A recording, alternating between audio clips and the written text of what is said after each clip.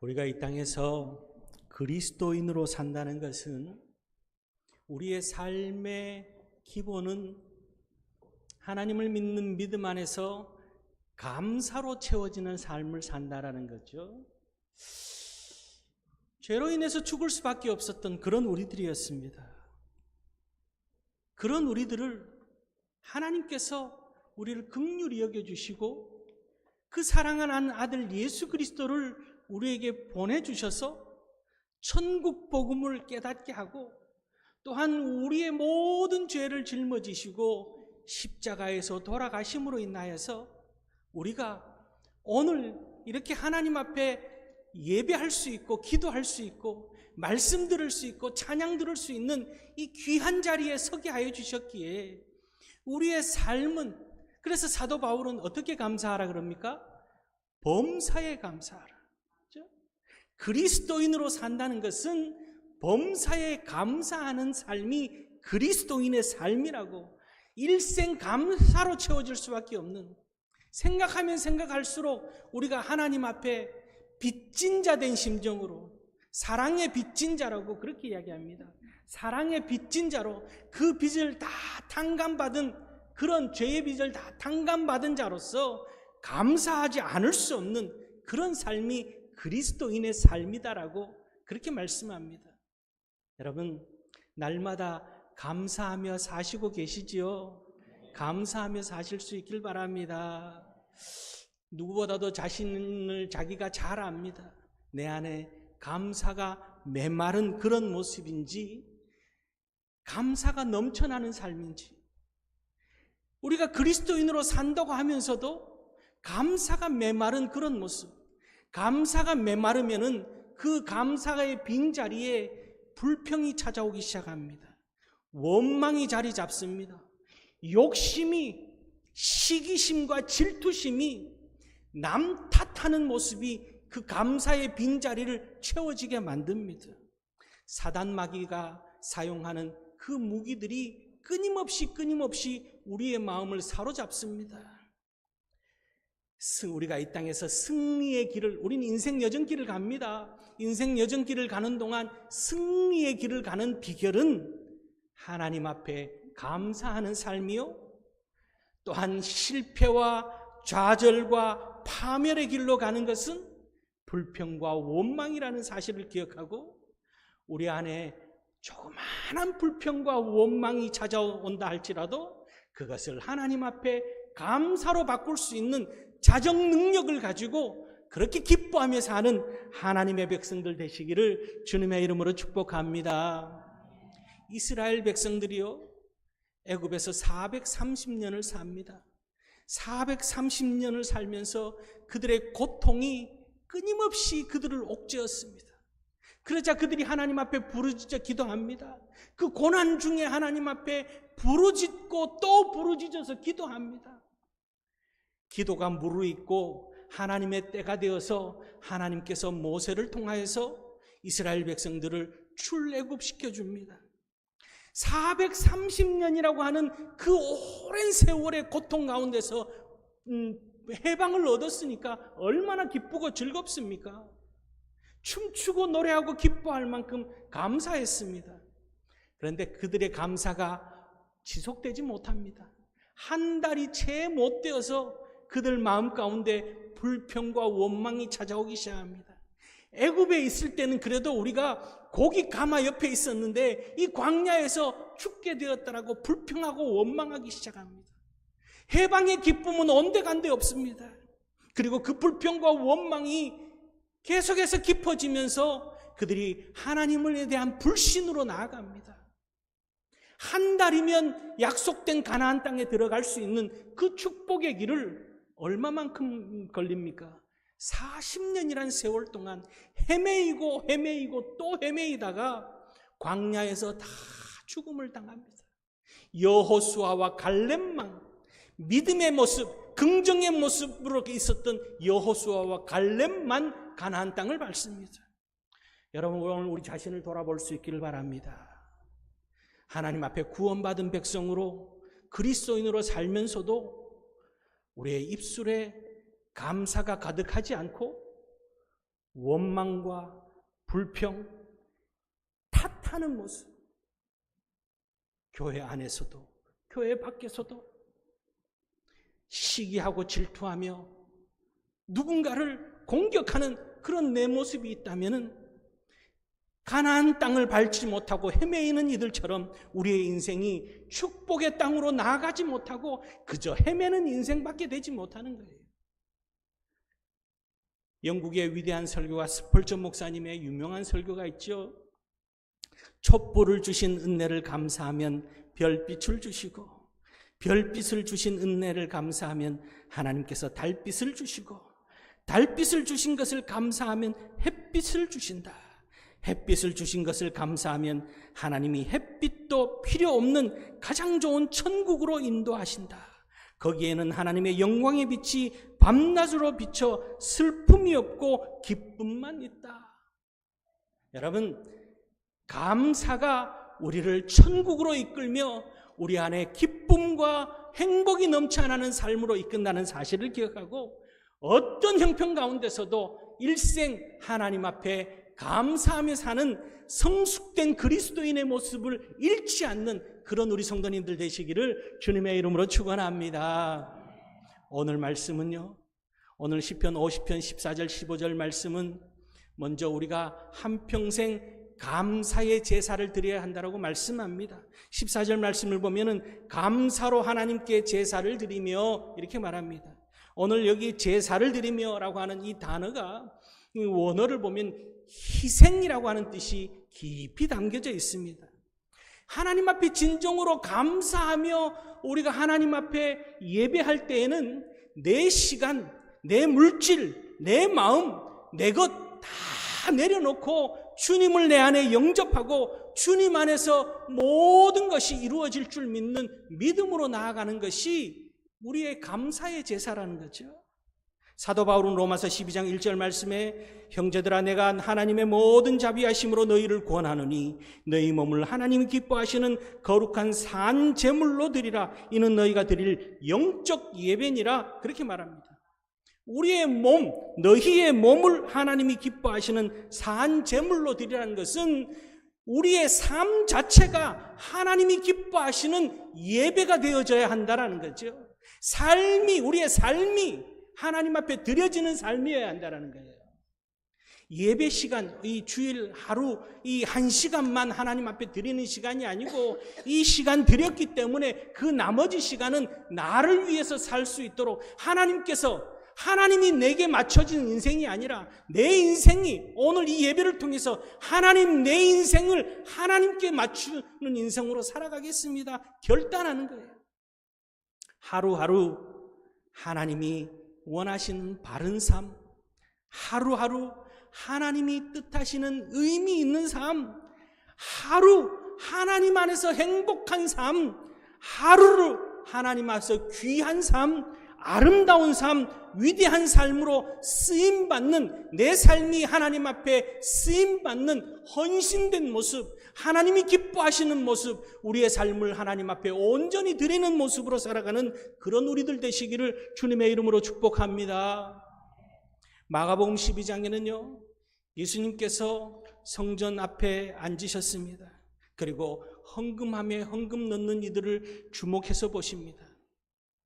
부자가 와서 자랑하듯이 헌금함에 동전을 쫙 붓습니다. 모든 사람들이 자신이 드리는 이 헌금을 보기를 바라는 마음으로 그렇게 드립니다. 그리고는 좀 있다가 한 과부가 와서 조심조심 자신이 2렙돈을 헌금함에 넣습니다. 여러분 2렙돈이 얼만큼이 되는지 우리가 잘 이해가 되지 않는데 그 당시 이 하루 품삯이 한 데나리온이었습니다. 한 데나리온의 64분의 1이 2렙돈입니다. 한 데나리온은 남자 하루 품삯이 한 데나리온입니다. 쉽게 말하면 하루 일해서 10만 원을 내가 번다 그러면은 이 2렙돈은 64분의 1이니까 1,500원, 1,600원 정도 되는 돈이 이 2렙돈입니다.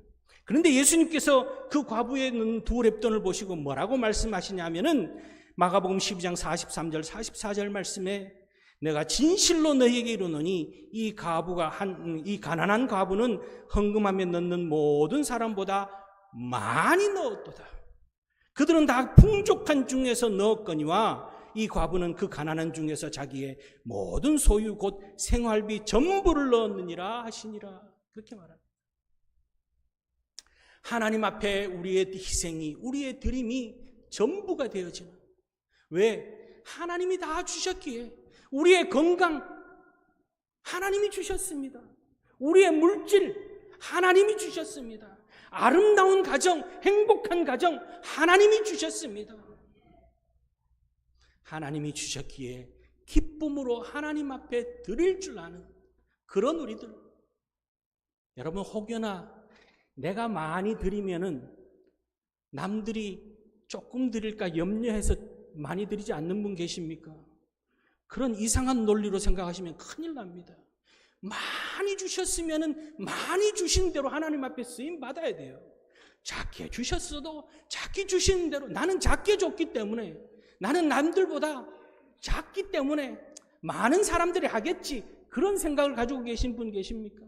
그것도 아닌 거예요.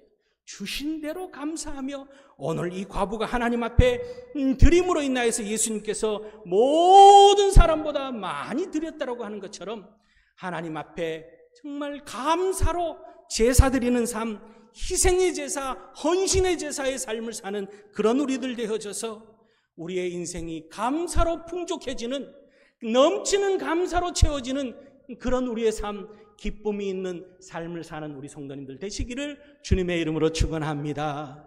두 번째는요, 오늘 감사하는 우리들이 하나님의 말씀을 잘 지키며 행해야 된다라고 그렇게 기록합니다. 14절 하반절에 지존하신 이에게 내 서원을 갚으며 그렇게 말합니다. 하나님 앞에 감사의 제사를 드린 우리들이 하나님 앞에 약속의 말씀을 지키며 사는 것이 감사의 모습이라는 것을 말씀하고 있습니다. 은혜 받았습니다. 하나님 앞에 예배하며 나아갑니다. 감사의 제사를 드립니다. 그러면서 우리는 결단합니다. 여러분, 하나님을 처음 믿었을 때에, 성령 하나님의 은혜로 감동되어졌을 때에 우리는 그렇게 결단합니다. 여러분, 한 번쯤은 다 그런 하나님의 깊은 사랑을 느끼며 결단하셨을 거예요. 또 재직으로 하나님 앞에 세움받았을 때, 항존직으로 하나님 앞에 기름 부어 세움받았을 때 일평생 주의 종으로서 하나님의 귀한 사명자로 주를 위하여서 헌신할 것을 결단했을 거라는 거죠. 하나님, 이렇게 살겠습니다. 하나님 앞에 이렇게 드리겠습니다. 그런데요, 세월이 지나고 시간이 지나면서 우리의 모습은 어떻습니까? 그 첫사랑의 모습, 첫 모습을 유지하고 계십니까? 시간이 지나면서 식어버리고 있는 그런 모습은 아닌지, 오늘 우리는 하나님의 말씀을 끝까지 붙들고 말씀, 약속의 말씀을 지키며 살아가는 그런 우리들이 우리의 모습 속에 감사가 넘친다라는 것을 드러내는 모습이라는 거죠. 여호수아 1장 8절 말씀에 하나님께서 여호수아에게 말씀합니다. 이 율법 책을 내 입에서 떠나지 말게 하며 주야로 그것을 묵상하여 그 안에 기록된 대로 다 지켜 행하라. 그리하면 내 길이 평탄하게 될 것이며 내가 형통하리라. 그렇게 말합니다. 하나님 앞에 우리가 말씀을 지킴으로 인해서 우리가 하나님 앞에 우리의 믿음을 드러내는, 감사를 드러내는 삶을 살 때 우리의 인생길이 평탄하여질 것이라고 했습니다. 우리의 삶이 형통케 되어질 것이라고 약속하고 있습니다. 얼마나 굴곡이 많은 인생길입니까? 크고 작은 우리 앞에 놓여있는 길들이 굽어 있습니다. 굴곡이 쪄 있습니다. 그런데 그 길을 평탄케 하는 비결이 뭐라고 말합니까? 하나님의 말씀 안에 거하는 삶, 말씀 안에서 지켜 행하는 감사하는 삶이 우리의 인생이 평탄케 되어지며 막힌 것이 뚫려지는 형통케 되음을 약속하고 있습니다. 누구나가 문제를 안고 살아갑니다. 어려움이 찾아옵니다. 이 문제를, 어려움을 어떻게 해결하느냐? 문제를 끌어안고 문제 속에 갇혀서 사느냐? 불평하고 원망하며 이 문제를 놓고 탓하는 그런 인생을 사느냐? 그 문제 앞에서도 하나님 앞에 감사하며 하나님의 약속의 말씀 붙들고 나아가는 그런 삶을 사느냐? 우리 앞에는 두 길이 놓여 있습니다. 여러분, 하나님의 약속의 말씀을 붙들고 어떤 고난과 어떤 어려움이 찾아온다 할지라도 주님께서 평탄케 하시고 형통케 하여 주실 줄 믿는 믿음으로 말씀 주심에 감사하며 나아가는 그런 우리들 되어져서 하나님의 형통케 하시는 축복, 평탄케 하시는 축복을 경험하고 간증거리가 넘치는 삶을 살아가는 간증의 주인공들이 다 되시기를 주님의 이름으로 축원합니다. 세 번째는요, 진정한 감사는 환난 중에 드리는 감사라고 오늘 그렇게 말씀합니다. 잘 될 때는 누구나 할 수 있습니다. 잘 될 때는 누구나가 서로의 공을 이야기하며 감사할 수 있지만 어렵고 힘들 때 그 문제를 지혜롭게 풀어내는 방법은 감사함에 있다라는 것을 오늘 말씀합니다. 그것이 성숙된 그리스도인의 모습이에요. 고난 앞에서 우리의 모습이 성숙된 그리스도인의 모습이냐 그렇지 않느냐가 드러나는 거죠. 오늘 15절 말씀에 환난 날에 나를 부르라 내가 너를 건지리니 내가 나를 영화롭게 하리로다 그렇게 말합니다. 환난 중에서 환난이 찾아온다 할지라도 감사와 찬양이 끊이지 않는 삶, 그것이 우리의 삶을 통해서 하나님의 영광이 드러나는 삶이 되어진다는 거죠. 여러분, 어려울 때 어떻게 해야 됩니까? 감사. 괴로울 때 어떻게 하셔야 됩니까? 감사. 슬플 때 어떻게 하셔야 됩니까? 감사. 억울할 때 어떻게 해야 됩니까? 감사. 상처받았을 때는 어떻게 해야 됩니까? 감사. 아플 때는 어떻게 해야 됩니까? 감사. 여러분, 이 감사의 믿음을 가지고 오늘을 살아가는 세상 사람들과는 좀 달라야 되지 않겠습니까? 세상 사람들처럼 억울하다고, 괴롭다고, 슬프다고, 속상하다고, 원망하고, 탓하며 손가락질하고 누군가에게 뒤집어 씌우는 그런 인생 살지 말고 다 내 탓입니다. 다 제 잘못입니다. 그런데 제 잘못이지만 하나님께서 이 가운데서도 감사를 주셨습니다. 그렇게 감사하며 살아가는 참 성숙된 그리스도인으로 사는 그런 우리들 되어져서 정말 어려움과 아픔을 또한 괴로움과 고통을 하나님께서 슬픔과 모든 것을 축복으로 바꾸시는 놀라운 역전의 하나님을 경험하며 사는 그런 우리 성도님들 되시기를 주님의 이름으로 축원합니다. 한신대 총장이셨던 김정준 목사님의 강의를 예전에 드린 기억이 있는데요. 이분이 폐결핵으로 젊을 때 폐결핵으로 이 요양원에서 오랫동안 지냈습니다. 완전히 이 몸이 거죽밖에 남지 않을 만큼 그렇게 다들 살 수 없다라고 할 만큼 그런 한 3년여 동안 그 요양원에서 생활을 하셨습니다. 그런데 그 요양원에 있으면서 본인이 깨달은 것 한 가지가 있다는 거예요. 그 결핵 환자들이 있는 가운데 늘 입만 열면 불평하고 원망하는 누구 때문이다라고 탓하는 이들은 결국 거기서 나갈 때 죽음으로 나가더라는 거예요. 그러지 않고 그 결핵 환자들 가운데서 정말 괴로워하고 아파하고 힘들어하면서도 긍정적인 믿음을 가지고 있는 또한 작은 것에도 한 끼 식사를 할 수 있는 것만으로도 약을 복용할 수 있는 것만으로도 감사하는 이들은 시간이 지나서 점점점 회복되어지더라는 것을 자기가 깨달았다는 거예요.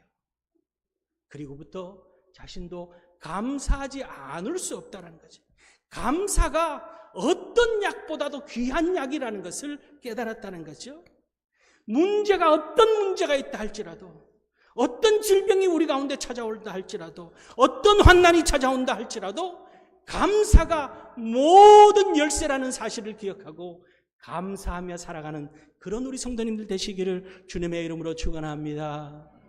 오늘 환난 날에 나를 부르라. 내가 너를 건지리니 내가 나를 영화롭게 하리로다. 그렇게 말합니다.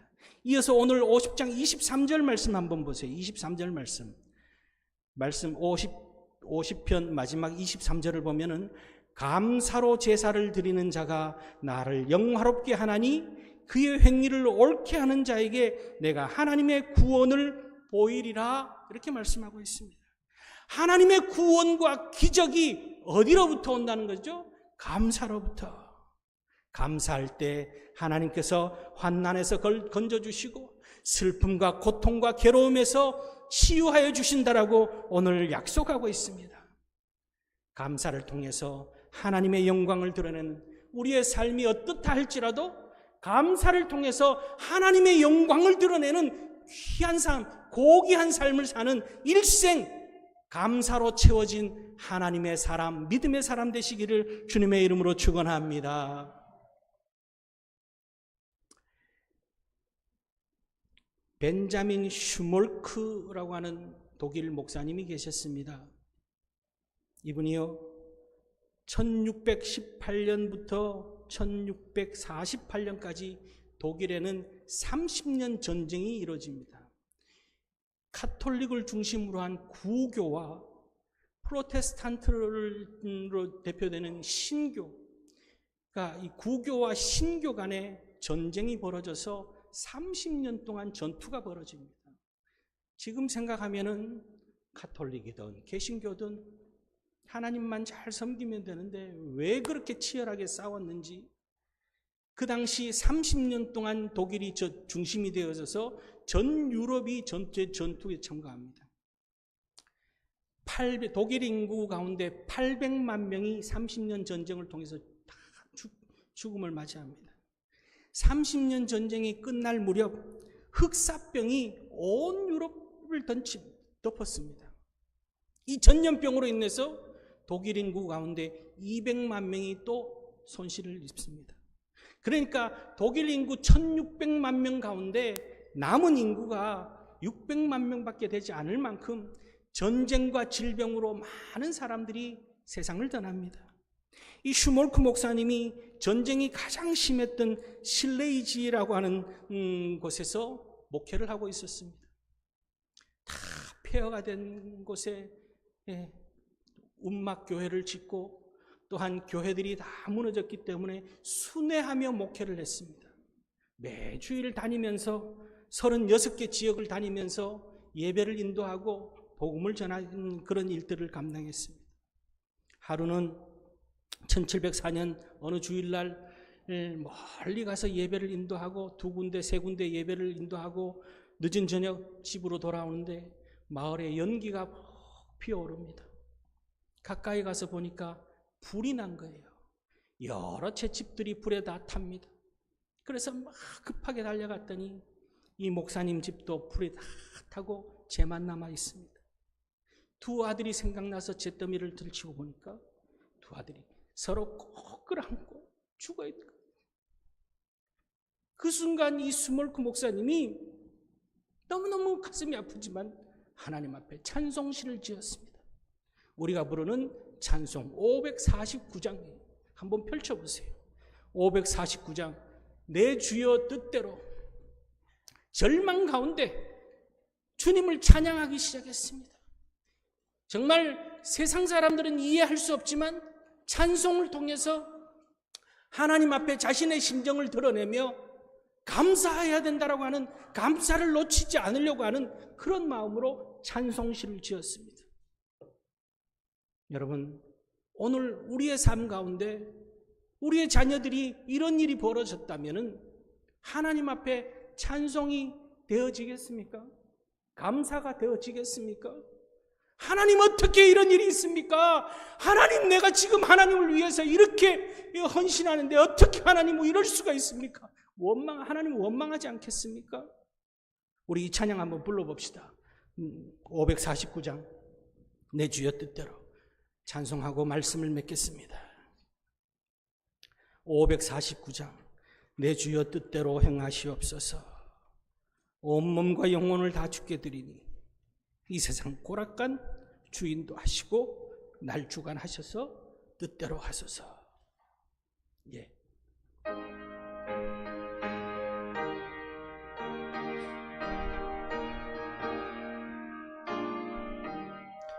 내 주여 뜻대로 행하시옵소서.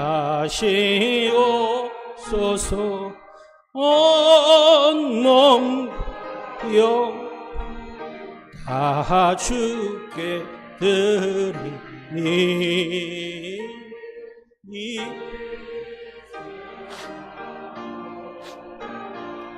주 인도하시고 날 주관하셔서 뜻대로 내 주여 뜻대로 내 주여 뜻대로 행하시옵소서. 큰 근심 중에도 낙심케 마소서. 주님도 때로는 울기도 하셨네. 날 주관하셔서 뜻대로 하소. 내 주여 뜻대로 내 주여 뜻대로 내모시옵소서. 내 모든 일들을 다 주께 맡기고 처천성 항하여 고요히 가리니 살든지 뜻든지 뜻대로 하소서.